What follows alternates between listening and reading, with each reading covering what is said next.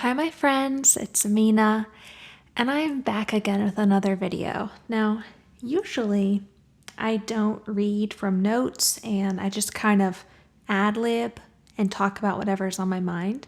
But today I'm actually going to read aloud to you a short paper that I wrote in college, and it is about being in a dysfunctional family system and the roles that you fall into and you're programmed and you're almost magnetized to as a child and as an adult. So this is called The Many Faces of a Daughter in a Dysfunctional Family System. One of my principal statuses is that of a daughter. In my family of origin, I was ascribed the roles of scapegoat, lost child, and mascot. When I was a scapegoat, my obligation was to be the receptacle for the negative emotions of others. This allowed them to externalize any shame and guilt that they felt. In fact, they likely lacked the mechanism to healthily process their own shame, so they needed a scapegoat to fulfill this function. For example, I was blamed for the marital issues of my parents, even though they had relationship issues for a decade before I was born. I never really contemplated what benefits I had in the role of a scapegoat. From the outside, it often looks like the scapegoat gets the short end of the stick. However, in retrospect, I see that I had less of a fear of letting people down and less of a drive to be perfect versus my golden children siblings. Because I was expected to mess up, I was actually granted more freedom to deviate from the norm compared to the golden children. Another role that I played was the mascot. The mascot's job is to be funny, cute, or distracting, and therefore provide some comic relief so that the other family members can blow off steam in an otherwise highly pressurized, high-conflict family system. In fact, one of my childhood nicknames was Joker. Little side note here, that is not in the paper. This was before I think this was before the Batman movies had come out, so they were not referring to the villain. Okay. Being the mascot enabled me to escape some of the worst consequences of the scapegoat role. As long as my foibles were entertaining, they could result in a laugh and diffusion of tension rather than punishment and shaming. I was a lost child between 8 and 16 years old. When I was 7.5, my little sister was born, and I was no longer the youngest child. I became lost in the sauce until I was 16, which is when the sibling closest in age above me went to college. The lost child escapes the bulk of overt mistreatment, but also misses positive attention and nurturing. They fade into the background. The responsibility of the lost child is to not add more stress on the family system or really make any demands of it whatsoever. The privilege of the lost child is they can tune out undesirable dynamics and retreat to books, a rich inner life or fantasy world, without being bothered. I was now free to read extensively and found fictional characters like Jane Eyre, who had been a scapegoat like me but transitioned into other life-affirming roles. When I was 16 and I was now the oldest child at home, the spotlight was suddenly back on me. I had quite enjoyed being the lost child, but now the eye of Sauron had refocused on me. I was jostled back into the scapegoat role, and I really chafed against the restrictive confines of it. I felt like I lost freedom and was now under constant scrutiny. I also had the time and space during my lost child phase to actually discover who I was and to see myself differently than my family members saw me. Therefore, When I was thrust back into the scapegoat role, I no longer bought into it like I did as a small child. Instead, it felt unnatural and at odds with my own self-concept. Now, as an adult, I am still the scapegoat of my extended family. I'm not religious, am well into my 20s and unmarried, and I have stepped outside the norms and mores of my family in numerous other ways. Before taking this class, and sidebar here, guys, I'm talking about an introductory sociology class. I thought I did not engage in impression management within my family. After all, I have a flippant attitude towards many of members of my family and a devil may care outlook. However, I realized that, ironically, this very attitude is exactly how I manage my impression in my family system.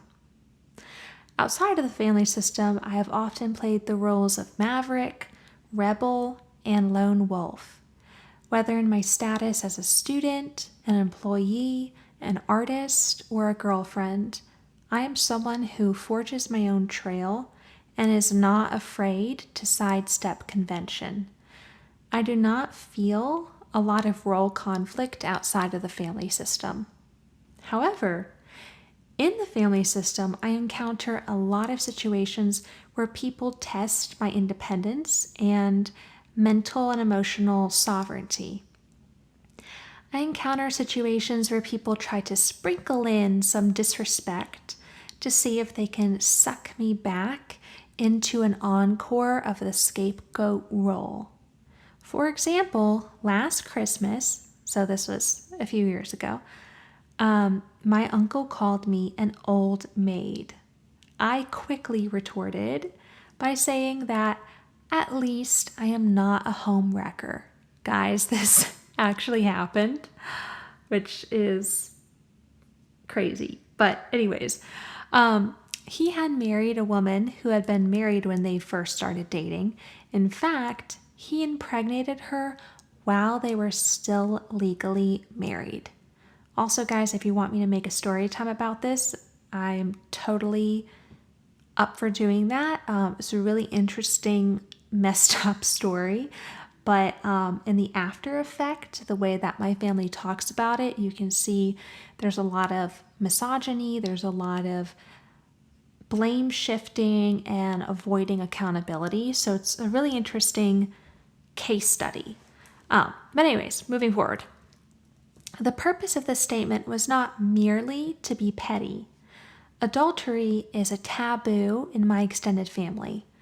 Furthermore, my uncle was in business with my parents when he was home wrecking, and his roller coaster relationship affected his job performance. His actions indirectly caused my parents a great deal of occupational stress.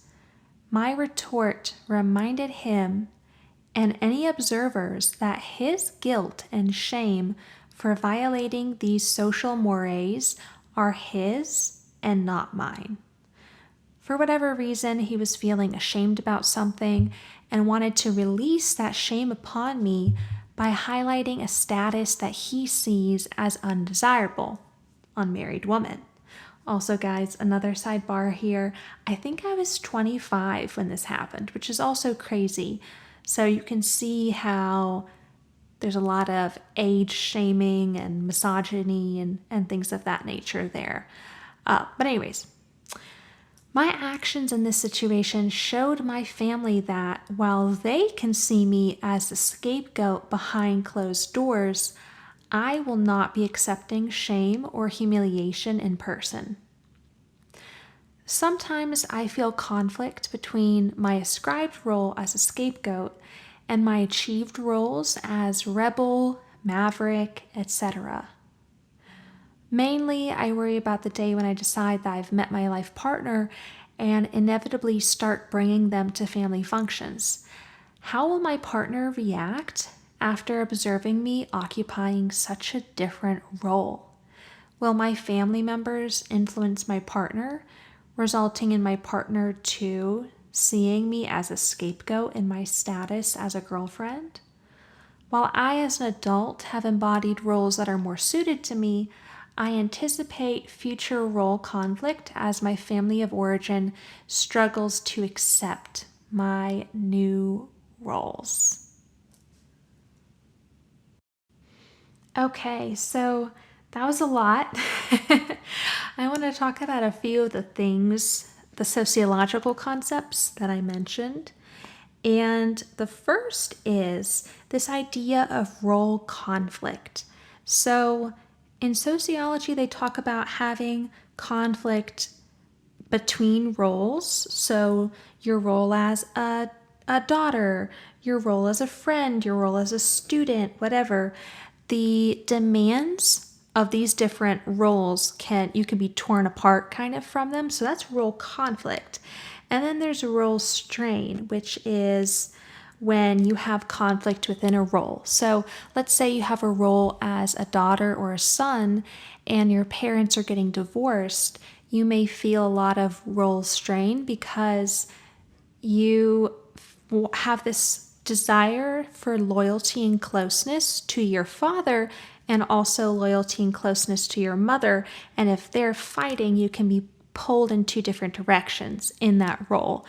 Role conflict would be more like if you're a new mom, so you're a mom, you're a spouse, you're an employee, and you feel like you're torn in between trying to be the best mom you can be, trying to be the best employee you can be, spouse, etc. All these things. So that's what I was talking about. And then with achieved and ascribed roles, an ascribed role or status is basically what is given to you by others, or you get it when you're born.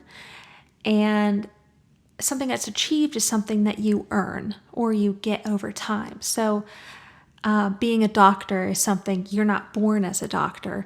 Being a daughter or a son is something that you are born as. So that's kind of where that comes in. And the other concept was impression management. So impression management is this idea in sociology that we consciously or unconsciously try to control how others see us. So we could try to control this by how we act, how we dress, how we talk.